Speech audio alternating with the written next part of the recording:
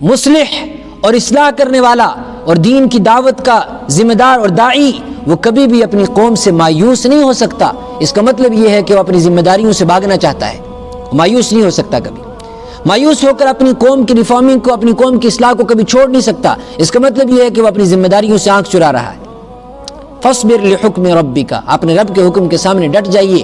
آپ اس مایوسی کا شکار نہیں ہو سکتے۔ ہاں دیکھیے رسول پاک صلی اللہ علیہ وسلم طائف تشریف لے گئے، آپ کو ستایا گیا، آپ کے بدن کو لہو لہان کر دیا گیا، آپ کے گھٹنوں کو زخمی کر دیا گیا، اوباشوں نے آپ کے اوپر آوازیں کسی اور لوگوں نے کہا لولا نزل هذا القرآن على رجل من القريتين عظیم، نعوذ باللہ یہ قرآن بس اس یتیم اور اس فقیر آدمی کو ملا، یہ مکہ اور طائف کے کسی بڑے آدمی پر کیوں نازل نہیں ہوا؟ ایسی ایسی باتیں انہوں نے کہی، اوباشوں کو پیچھے لگا دیا جو پتھر برسائے جا رہے تھے۔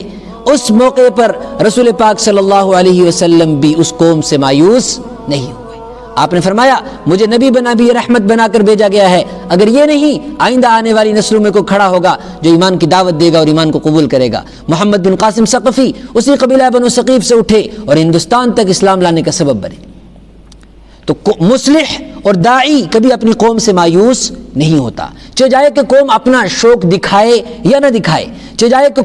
قوم اس سے بددل ہو جائے، اس کو چھوڑ دے، اور وہ اپنی قوم کو چھوڑ نہیں سکتا، وہ اپنی قوم کی حقیقت کو جانتا ہے، اس لیے کہ قوم اپنے راستے کو پہچان نہیں رہی لیکن وہ تو ان کے راستوں کو پہچان رہا ہے۔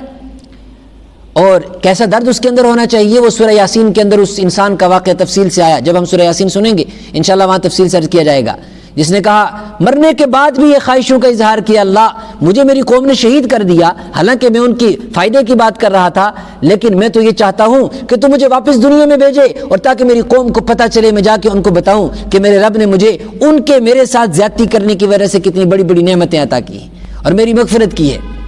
تو مصلح اپنی ذمہ داریوں سے کبھی بری نہیں ہو سکتا۔